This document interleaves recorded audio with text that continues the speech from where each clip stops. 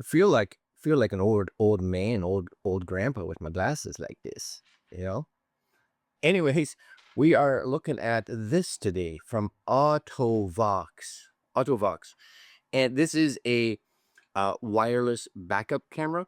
So I like this idea actually a fair bit because I'm not a person who likes to run wires through my car.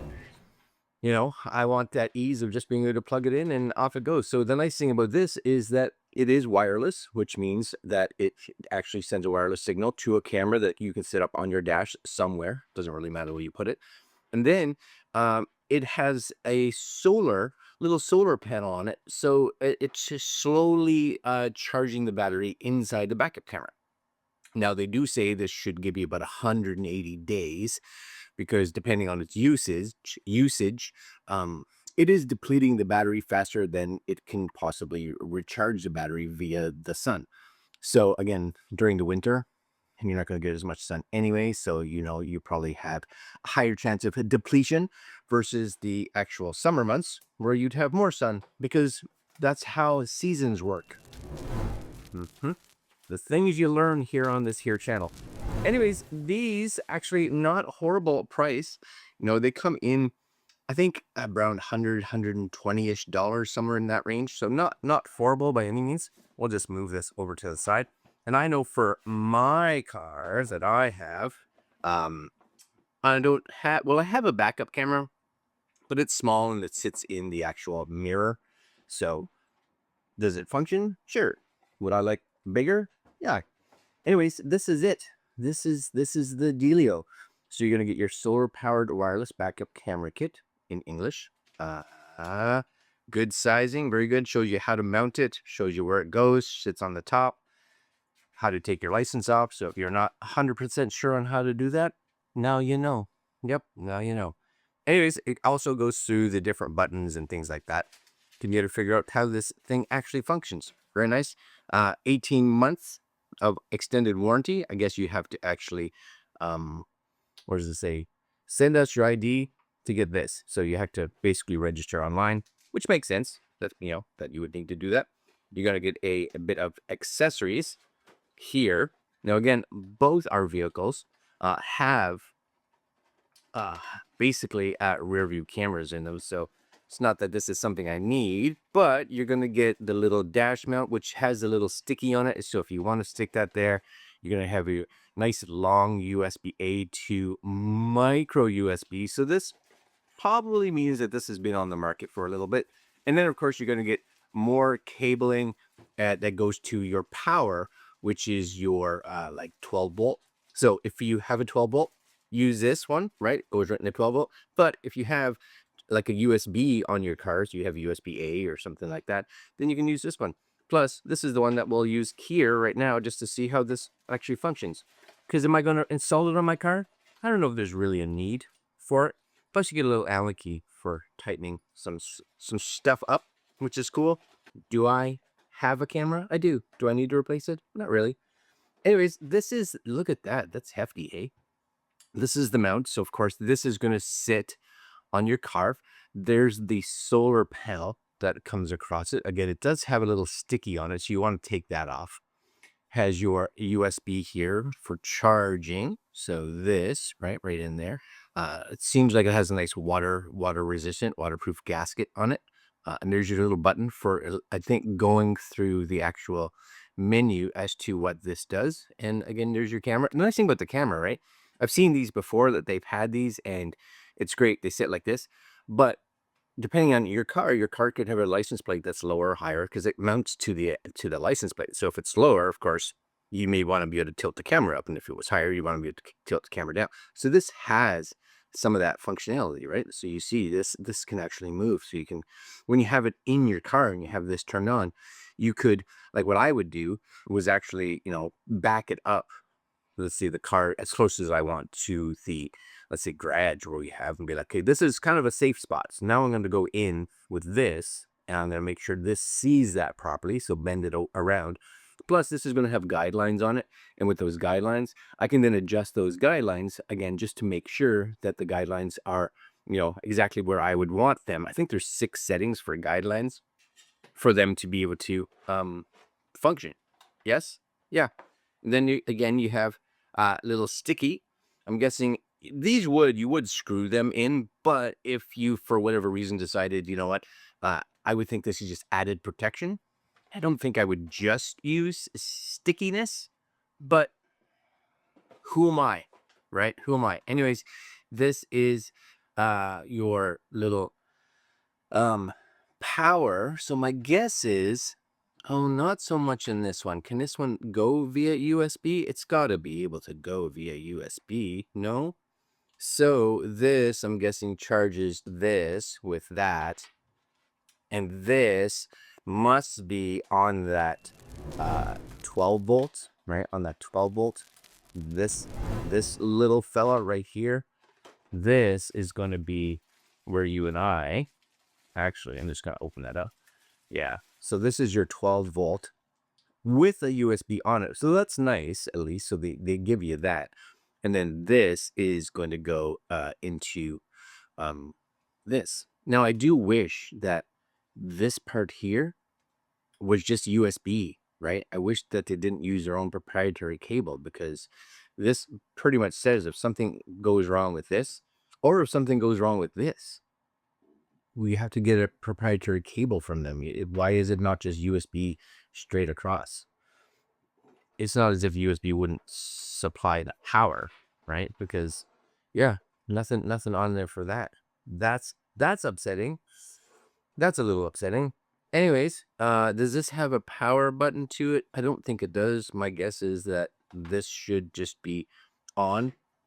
Let's actually see if I have any power here. I do have something that I can plug a 12 volt into in the bottom. So let's just check this out. Hold on. And we will see if this is magical down here. I'm keeping a little screen protector on, but you guys should be able to see through it. Channel 1, it's flashing. Does it take a little bit of time? I don't even know, again, if this has power in it. My hope would be it does, but I could be completely wrong. Channel 2. You have a channel 1 and a channel 2. I'm guessing you can decide based on whichever one picks faster. Oh, you have 2 channels. My guess is this has the ability, maybe they have different kits that allow it to be able to have multiple things, right? We have our mode. Oh, so we got we got a pair. So maybe cam 1. All right. Searching. Make sure that your rear camera is powered. Okay, maybe I have to power it for it to start.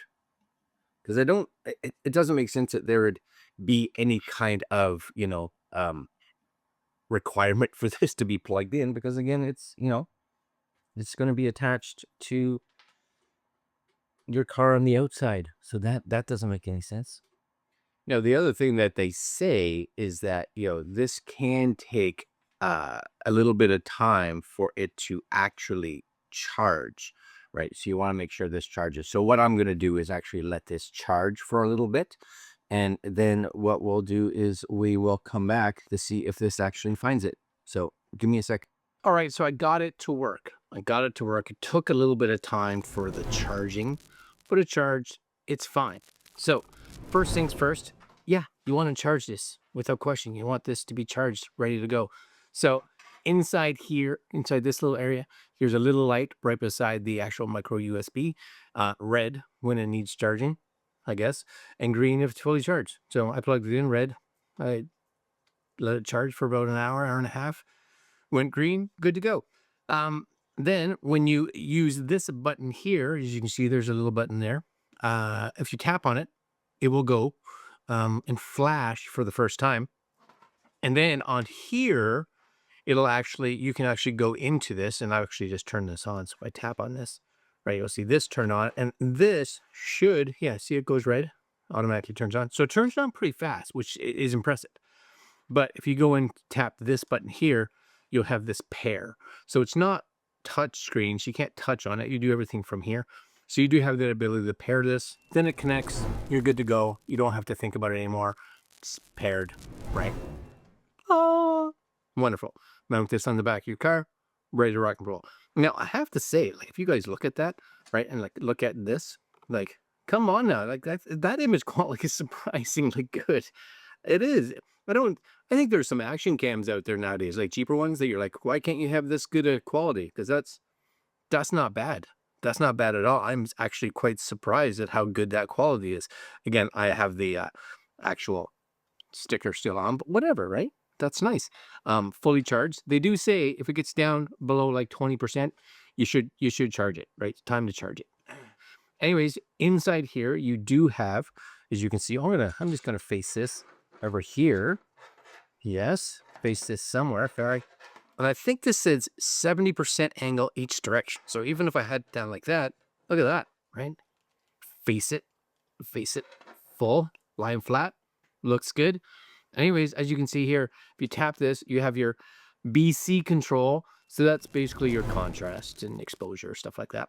You have your MU control. So this is mirror or up. So if you want the image to be mirrored or flipped, you have that MU control, right? You have the reverse time. So this is going to be how long when you are reversing that the camera stays active. So you have 60 seconds, as you see here. Click, go through these. 60, 90, and 120. I currently have mine set at 120 because I want that. And then last but not least, inside you have your guides. So do you want the guidelines on or off? Why you would want them off? I don't know. But hey, you do you, right? You do what you want. Now, the guidelines themselves could also be moved. So it has 6 different positions. And for that, you're going to hold that mode button down. Just going to give it a hold. You'll see that they start to kind of flash. There they go. Now you can use that up or down arrow to just kind of adjust them, right? So you'll see that the guidelines switch around. So again, what I would do is I would just put this, I back my car up to have something in the camera view that I'm like, that's my limit. That's as far as I want to go. And then I adjust both the guidelines and of course I would take this and adjust the actual camera because again, we can change the camera. Now I do have to say it's nice and stiff. So that's really good. I like how stiff that is. And that's just going to make sure that it doesn't really move or make any changes while you're actually driving. It should stay on there nice.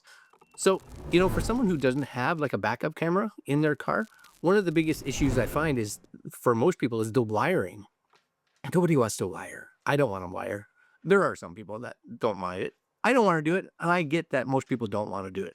So being able to just take out your screws, take the little sticky tape, put it on here, screw this back in, connect this, have this taped, whatever on your dash with a little mount. Convenient, right? Convenient.